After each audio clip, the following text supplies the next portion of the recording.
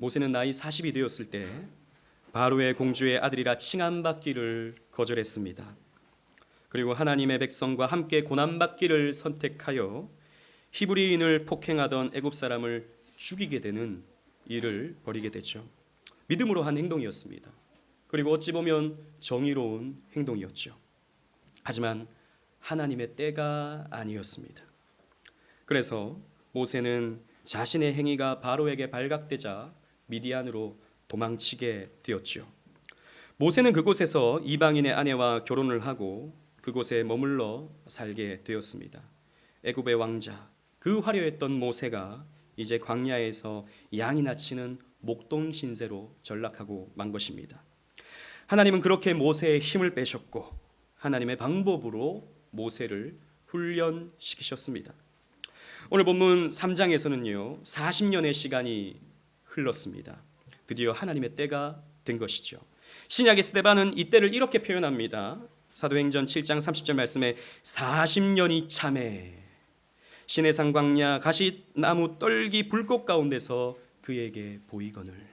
40년이 참회라고 하는 말로 이때를 수식하고 있습니다. 여기서 참회라는 말은 헬라어로 플롤레라는 말인데요. 이것은 이렇게 그릇에 물이 이렇게 차오르는, 꽉 차오르는 그런 모습을 묘사하는 단어입니다. 즉 하나님의 시간이 이렇게 쭉 차오른 것입니다. 그때, 바로 그때, 바로 그 하나님의 때에 드디어 하나님은 모세를 부르십니다. 모세를 통해 출애굽의 역사를 이루시고자 하신 것이지요. 오늘 모세를 소명하시는 이 장면을 우리가 함께 살펴보면서 이 본문이 가르치는 구속사적 의미가 무엇인지, 또 우리가 기억해야 할 내용은 무엇인지 함께 살펴봄을 통해 여러분들과 은혜를 나누고자 합니다. 첫째로 모세의 소명은 불붙은 떨기나무 가운데서의 소명이었습니다. 우리 1절 2절 말씀을 다 같이 한번 읽어보도록 하겠습니다.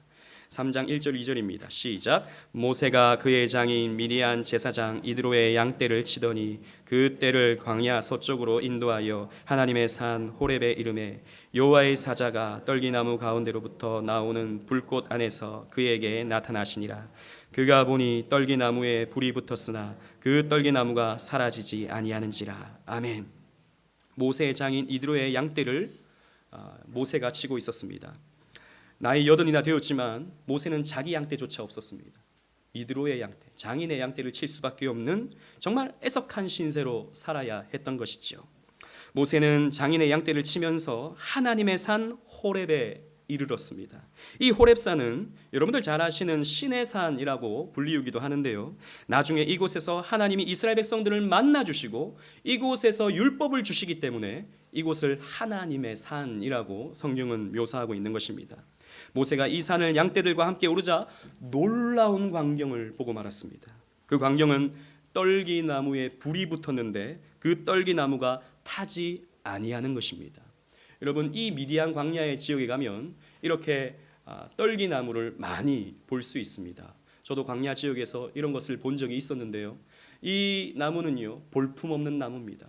그리고 광야에서 자라다 보니까 잎도 없고요, 그냥 줄기만 이렇게 자라서 가시가 나 있는 그런 볼품없는 나무였던 것이죠. 이게 메마르다 보니까 이 여름 한철에 뜨거운 태양볕이 내려지면 자연 발화까지 이루어질 수 있는 그런 나무입니다. 그러나 이렇게 발화가 되면 자연스럽게 나무는 타서 없어지게 되죠. 이게 말라 있다 보니까 금방 타서 없어지게 됩니다. 그러나 모세가 본 이 떨기나무에 붙은 불은 타지 아니했습니다. 불은 붙어 있는데 타서 재가 되지 않습니다. 계속 불이 붙어 있는 그런 놀라운 불이었던 것이지요. 그래서 모세는 너무나도 신기하여 그 불 가까이로 나아가게 되었습니다.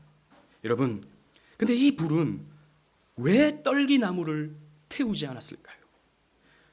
왜 이 불은, 왜 이 메마른 이 떨기나무를 재로 바꾸지 못했을까요?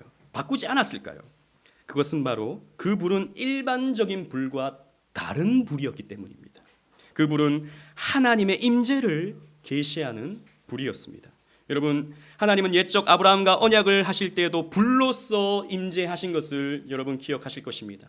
창세기 15장에서 그 아브라함과 언약을 맺을 때 쪼갱고기 사이를 지날 때 말입니다. 그때 하늘에서 횃불이 내려와서 쪼갠고기 사이를 홀로 지내심으로 하나님은 그 언약을 홀로 감당하시고 책임지셨습니다.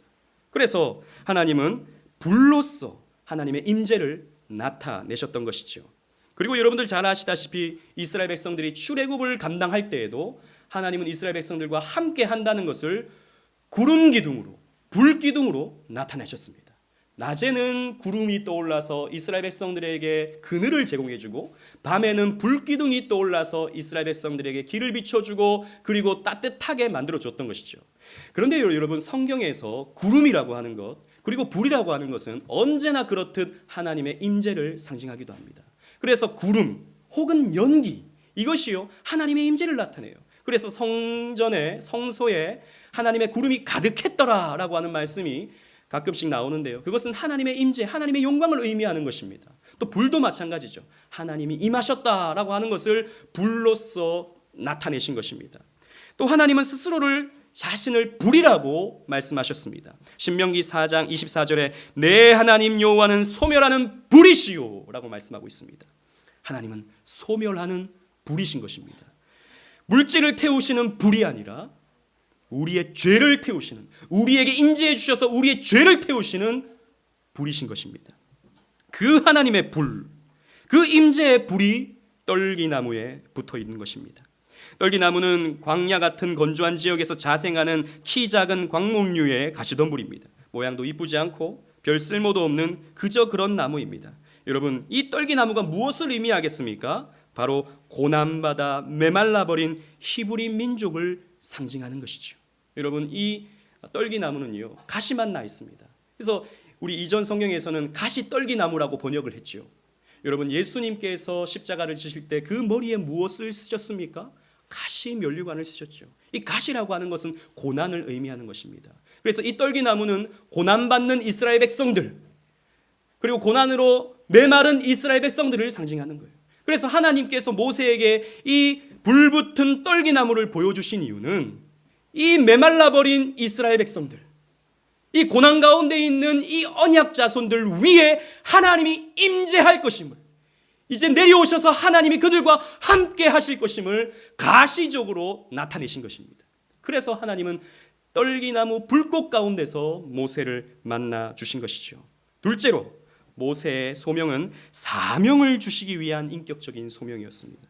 3절로 5절 말씀을 다 같이 또 읽어보도록 하겠습니다. 시작. 이에 모세가 이르되 내가 돌이켜 가서 이 큰 광경을 보리라. 떨기나무가 어찌하여 타지 아니하는고 하니 그때에 여호와께서 그가 보려고 돌이켜 오신 것을 보신지라. 하나님이 떨기나무 가운데서 그를 불러 이르시되 모세야 모세야 하시매 그가 이르되 내가 여기 있나이다. 하나님이 이르시되 이리로 가까이 오지 말라. 내가 선 곳은 거룩한 땅이니 내 발에서 신을 벗으라. 아멘. 모세는 그 타지 아니하는 떨기나무에 붙은 불을 큰 광경이다 라고 하였습니다.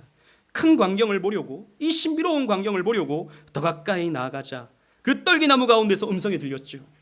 모세야 모세야 라고 하는 이 모세의 인격적인 이름을 부르시는 하나님의 소명이었습니다. 여러분, 하나님은 모세의 태어남을 아시죠? 모세의 자람도 아십니다. 그리고 모세의 실패의 경험도, 그리고 광야 생활도 다 아시는 전지전능하신 하나님이십니다. 모세의 전 인격을 꿰뚫는 하나님께서 모세를 인격적으로 부르신 거예요. 모세야 모세야 라고 말입니다. 이때 모세는 즉각적으로 대답했습니다. 내가 여기 있나이다. 여러분, 이 표현은 하나님에 대한 인간의 태도 혹은 주인에 대한 종의 태도를 보이는 관용적인 표현입니다. 즉, 제가 여기 있습니다, 말씀하시면 제가 따르겠습니다 라고 하는 의미를 담는 관용적인 표현이 제가 여기 있나이다 라고 하는 표현인 것이죠. 아브라함도 하나님의 부르심에 이렇게 대답했습니다.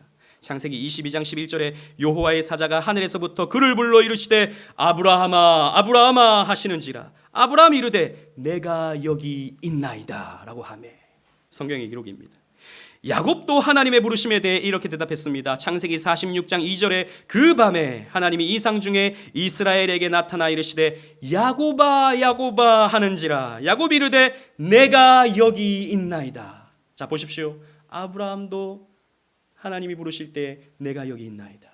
야곱도 하나님이 부르실 때 내가 여기 있나이다 라고 똑같은 대답을 했습니다. 아마도 모세는 어머니가 어릴 때 들려주셨던 하나님이 자기 조상에게 부르실 때에 그 이야기를 들었을 것입니다. 아브라함을 부르는 이야기, 그리고 야곱을 부르신 이야기, 이것을 기억하면서 모세는 이 하나님의 부르심 앞에 즉각적으로 응답했던 것이죠. 그러자 하나님은 내가 선 곳은 거룩한 땅이니 내 발에서 신을 벗으라 라고 말씀하셨습니다. 여러분, 신을 벗는다 라고 하는 것은 어떤 의미겠습니까? 종종 고대 근동의 노예들이 신을 신지 않았기 때문에 종이 된다라고 하는 의미도 있을 수 있겠지만, 성경에서 이 의미를 찾아본다면 권리를 포기하는 것을 의미합니다. 무슨 말이냐 하면, 상속을 받아야 할, 조상들의 그 유업을 상속받아야 할 사람이 그 상속을 포기할 때, 그 권리를 포기할 때 신을 벗는다라고 하는 모습으로 나타나는 것입니다. 그리고 여러분, 고대 근동 지역에는 형사 취수 제도가 있었잖아요.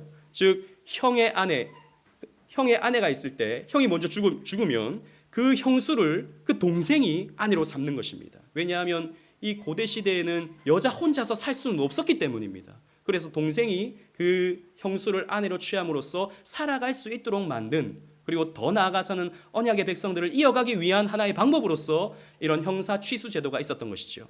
그런데 이 형수를 아내로 취할 수 있는 그 상황 속에서 그 권리를 포기할 때 신을 벗는 모습이 룻기에 나타납니다. 그래서 룻이 남편이 죽었죠. 남편이 죽었는데 그 형제들까지 다 죽었습니다. 그러니 아내 삼아 줄 사람이 없습니다. 그래서 가까운 친지에게 그 권리가 갔습니다. 그 친지가 신을 벗어놓죠. 이 권리를 포기하겠다라고 신을 벗어놓습니다. 그래서 누가 룻을 아내로 삼습니까? 보아스가 룻을 아내로 삼게 되는 것입니다. 그래서 그 권리를 포기하는, 그 기업 무르는 것을 포기할 때에 신을 벗어놓는 모습으로 나타나는 것이죠.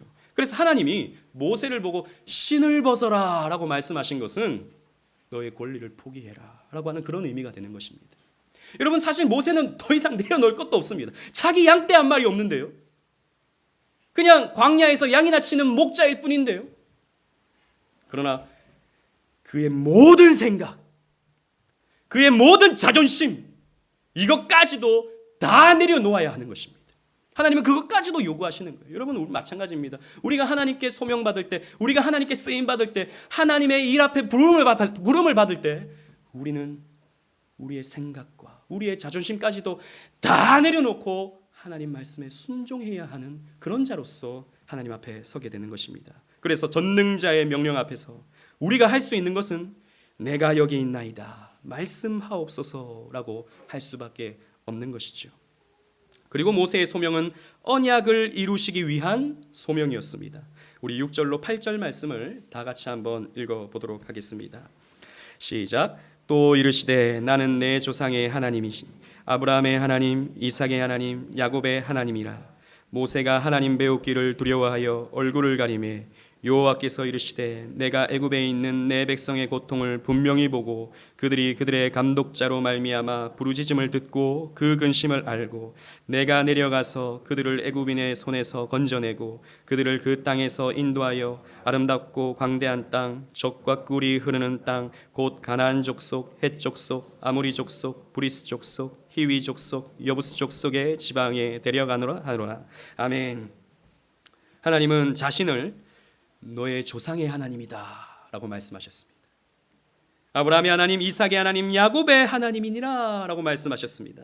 여러분, 이것은 또 관용적인 표현이긴 한데요, 하나님의 관용적인 표현이긴 한데요, 이것은 하나님 자신을 언약의 하나님이다 라고 말씀하시는 것과 같습니다. 왜냐하면 하나님은 아브라함에게 만나주셔서 아브라함에게 언약을 해주시고 그 언약을 이삭에게 갱신시켜 주시고 또 그것을 야곱에게 갱신시켜 주시고 그리고 그 12아들들에게 갱신시켜 주시죠. 그래서 하나님은 이 아브라함의 자손들에게 자손과 땅을 약속해 주시고 언약해 주셨습니다. 모세는 자신을 부르신 분이 바로 조상의 하나님, 언약의 하나님이신 것을 확실하게 확인하게 되자 두려워서 얼굴을 가렸습니다. 완전하신 하나님을 그 누구도 눈으로 볼 수 없기 때문이죠. 그래서 넙죽 엎드린 모세에게 하나님은 왜 모세를 부르시는지에 대해서 구체적으로 말씀하십니다. 바로 고통 속에 빠진 언약 백성을 애굽의 손에서 건져내시겠다라는 것입니다.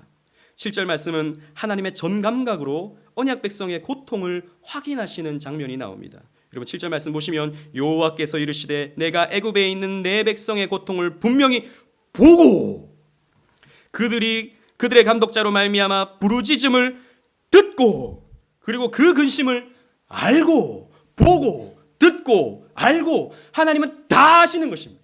하나님은 그들의 모든 것을 다 지켜보셨고 그들의 그 음성을 다 들으셨고 그들의 모든 상황을 다 알고 계신 하나님이셨던 것입니다. 그래서 이스라엘 백성들이 그 애국 감독들의 폭력과 억압으로 시달리고 있을 때 그 고통으로부터 이스라엘 백성들을 구원할 것임을 말씀해 주시는 것입니다. 그리하여 아름답고 광대한 땅, 젖과 꿀이 흐르는 땅으로 인도하실 것을 말씀하고 계시는 것이죠. 앞에서 말씀드렸다시피 이스라엘 백성들은 두 가지의 언약을 받았습니다. 크게 본다면 하나는 자손입니다. 이 언약은 성취되었죠. 이스라엘 백성들이 애굽에 거하게 되면서 생육하고 번성하게 되었습니다. 성취된 것이죠. 그러나 두 번째 언약은 아직 성취되지 않았습니다. 그들에게 땅을 줄 것이라고 말씀해 주셨는데 이스라엘 백성들은 지금 애굽 땅에 있습니다. 그 땅은 애굽인의 땅이 아닙니다. 그 땅은 이스라엘 백성들의 땅이 아닙니다. 애굽인의 땅인 것이죠. 그래서 그들이 가야 할 가나안 땅도 그들의 땅이 아닙니다. 지금 가나안의 여러 족속들이 그 땅을 차지하고 있는 땅이었습니다. 그러나 이들을 몰아내고 이 땅을 이스라엘 자손들에게 주시겠다라고 말씀해 주고 있는 것입니다. 하나님은 이스라엘 백성들의 구원을 위해 모세를 부르신 것입니다. 하나님의 부르심은 목적 있는 부르심이며 그 목적은 택한 백성의 구원을 위한 것이었습니다. 그리고 이 모세의 소명은요, 그리스도를 통한 소명인 것을 우리는 확인할 수 있습니다. 오늘 본문도 어김없이 그리스도가 힌트되고 있죠. 2절 말씀에 여러분 보십시오. 여호와의 사자가 불꽃 안에서 모세에게 나타났다고 설명하고 있습니다. 여호와의 사자는 구약 성경에서 아주 중요한 역할을 하는 존재입니다. 사자라는 말은 메신저, 말을 전달하는 자라는 뜻을 가지고 있는 단어인데요. 구약 성경에서 여호와의 사자를 혹은 천사, 혹은 선지자로 이렇게 설명하고 있는 장면들도 있습니다. 하지만 많은 부분에서 여호와의 사자는 하나님 자신과 동일시됩니다. 오늘 본문도 여러분 보시면 2절에서 여호와의 사자가 모세에게 나타났다라고 하면서 4절에 가면요, 여호와께서 모세가 오는 것을 보았다라고 표현하고 있죠. 그리고 4절에 다시 하나님이 떨기나무 가운데서 그를 불렀다라고 말씀하고 있습니다. 자, 보시면 모세에게 나타나 모세를 부르시는 이 존재를 여호와의 사자, 그리고 여호와, 그리고 하나님이라고 바꾸어가면서 기록하고 있는 것이죠. 그러니 이 여호와의 사자는 그저 천사이거나 선지자일 수 없습니다. 따라서 많은 성경 신학자들은 이 여호와의 사자를 성육신 하시기 전에 2위 성자 예수 그리스도로 설명합니다. 여러분, 그리고 8절에 아주 의미심장한 표현이 있죠. 보시면 내가 내려가서라고 하는 말씀입니다. 하나님이 내려오신 것, 하늘의 하나님이 고통 가운데 빠져있는 당신의 백성들을 구원하시기 위하여 내려오신 것, 이것을 신약적 성취로서 성육신이라고 말합니다. 육신을 이루셨다라는 것입니다. 하늘의 하나님이 육신이 되셨다. 성육신, 인카네이션이라고 하는 것입니다. 여러분, 우리가 이것을 기념하는 것을 성탄일, 성탄절이라고 하는 것이죠. 여러분, 하나님이 내려오신 것, 고통 가운데 있는 당신의 백성을 위하여 하나님이 내려오시는 것, 이것이 바로 오늘 본문이 주고 있는 아주 중요한 메시지인 것입니다. 여러분, 모세가 이스라엘 백성들을 구원해내는 것이 아닙니다. 그리스도께서 내려오셔서 이스라엘 백성들을 구원해내는 것입니다. 모세는 하나님의 일에 수종을 들 뿐 모세가 아니라 하나님이시며 그리스도께서 우리를 구원해내시는 것입니다. 이렇게 구약 시대에도 그리스도를 통한 구원이 계시되고 있는 것이죠. 그러기에 신약에서 이 그림이 성취되어서 예수님의 당신의 사람들을, 당신의 백성들을 소명하시고 부르십니다. 물고기를 잡지 못하여 고통의 밤을 보낸 어부들을 부르시고 사람 낚는 어부로 바꾸어 버리시는 것이죠. 사람들에게 죄인이라 멸시천대받는 세리와 창기와 병든 자들을 부르시고 그들의 고통에서 해방시켜 주시는 것입니다. 마치 모세가 떨기나무에 붙은 타지 않는 불을 보고 신기하여 지켜보았던 것처럼 여리고에 살던 삭개오는 그 불이신 예수님을 신기하게 지켜보고 있을 때 여호와이신 예수님은 삭개오야 내려와라 라고 말씀해 주시면서 그의 인격적인 이름을 부르시고 그를 초청하시고 그를 구원해 주셨습니다. 이렇게 예수님은 내려오셔서 사람들을 부르시고 고통 중에 있는 자들을 구원해 주신 것입니다. 하늘의 하나님이 이 땅에 내려오셔서 사람이 되신 것, 이것은 굉장히 많이 내려오신 것입니다. 여러분, 하늘의 하나님이 어찌 사람이 되실 수 있습니까? 이건 사실 말도 안 되는 것입니다. 그런데 이 말도 안 되는 것을 하나님이 하셨습니다. 우리 주님께서 하셨습니다. 그리고 그리스도께서는 우리가 받아야 할 고난을 대신 받으시고 우리가 받아야 할 심판까지도 대신 받아내셨습니다. 예수님께서는 우리를 구원하시고자 더 내려가신 것입니다. 더 내려가신 것이죠. 얼마나 내려가셨냐 하면 음부까지 내려가셨습니다. 그 음부의 고통을 당하시고 심판까지, 그 진노하시는 하나님의 심판까지도 받으러 내려가셨던 것입니다. 우리를 대신해서 말이죠. 여러분 보십시오. 하나님은 모세를 부르셨습니다. 사명의 자리로 부르셨습니다. 그 사명은 하나님의 백성, 언약 백성을 구원해내는 일이었습니다. 모세가 구원해내는 것은 아니었습니다. 모세는 도구일 뿐 그리스도께서 구원하십니다. 그러나 그리스도께서는 이 구원의 역사에 당신의 백성들을 사용하시기를 기뻐하셨습니다. 여러분, 제가 이렇게 쭉 성경 말씀만 이렇게 해석하니까 여러분들의 집중력이 조금은 딴 데로 이렇게 흩어지고 있는 것 같은 느낌이 듭니다. 여러분 잘 들어보십시오. 그래서 하나님은 당신의 구속사의 수레바퀴를 돌리시면서 사람들을 부르십니다. 모세를 부르시고요, 여호수아를 부르시고요, 12명의 사사를 부르시고요, 다윗을 부르시고 요시야를 부르시고 히스기야를 부르시고 다니엘과 에스겔을 부르시고 에스라와 느헤미야를 소명하셨습니다. 또 신약에서는 예수님께서 12제자를 소명하시고 바울과 각각 전도자들을 소명하셔서 교회를 세우셨죠.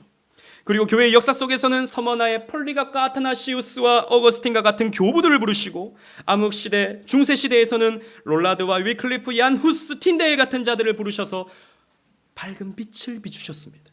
이후에는 루터와 칼빈으로 이어지는 종교개혁자들을 부르셔서 성경적 신앙으로 교회를 회복시켜 주시고 이후에 청교도들과 개혁파 신앙자들을 세우셔서 오늘날 우리가 여기에서 예배드릴 수 있도록 모든 삶을, 모든 역사를 주관해 주셨습니다. 자, 약 3,500년 전 모세를 부르셨던 그 하나님은 계속해서 믿음의 사람을 부르셔서 교회 운동을 진행해 가셨습니다. 이 하나님이 오늘 저와 여러분들도 부르셨습니다. 여러분, 이 사실이 중요한 것입니다. 모세를 부르신 것 거기에서 끝나는 것이 아닙니다. 오늘 저와 여러분들도 부르신 것입니다.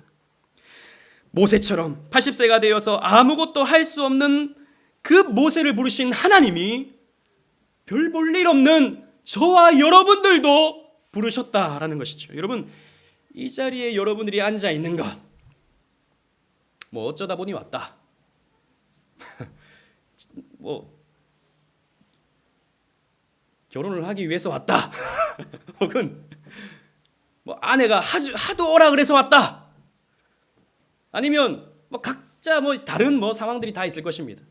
어떻게든 우리는 왔습니다. 그러나 여러분, 우리는 분명히 이 사실을 알아야 됩니다. 하나님이 여러분들을 부르신 것입니다. 하나님이 여러분들을 부르셨어요.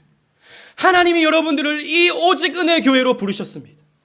하나님의 임재가 있는 이 교회로 하나님이 여러분들의 발걸음을 인도하셔서 수많은 교회 가운데, 이 땅의 수많은 교회 가운데 지나가는 곳곳마다 교회가 없는 것이 없는데 하나님이 여러분들을 이 자리로, 특별히 이 자리로 여러분들을 부르셨다는 것입니다. 이 부르신 것은 목적 있는 부르심입니다. 여러분들이 이곳에서 할 일이기 때문에, 여러분들이 이곳에서 할 사명이 있기 때문에 하나님은 여러분들을 부르셨다라는 것입니다. 목사님, 제가 지금 예수 믿은 지 1년밖에 안 됐는데 무슨 제가 할 일이 있습니까? 앞으로 할 일이 있다는 것입니다. 제가 지금 이제 나이가 있는데 무슨 할 일이 있겠습니까? 80세인 모세도 부르시는 하나님이십니다. 저는 지금 어린데 무슨 할 일이 있겠습니까? 하나님이 아무리 어린 자를 통해서, 아무리 어린 자라도 그 전능하신 하나님이 역사하시면 놀라운 일을 이루시고도 남는 것이죠. 하나님은 하실 일이 있으시기 때문에 저와 여러분들을 이 자리로 부르셨다라는 것입니다. 전능하신 하나님의 부르심이요 위대하신 하나님의 소명의 결과인 것입니다. 따라서 우리는 이 교회를 세우고 바른 복음으로 전도하며 선교함으로 아직 이 애국과 같은 세상에서 고통받고 신음하고 있는 구원받기로 작정된 사람들을 찾아내어 그들을 구원해내야 하는 것입니다. 여러분, 우리는 이것을 위해 교회로 모인다는 것을 기억해야 됩니다. 우리의 신앙함이 결코 우리의 종교적 생활의 안정이나 말씀 공부를 통해 성경 말씀을 지식적으로 채워가는 그러한 교회 생활로 머물러서는 안 됩니다.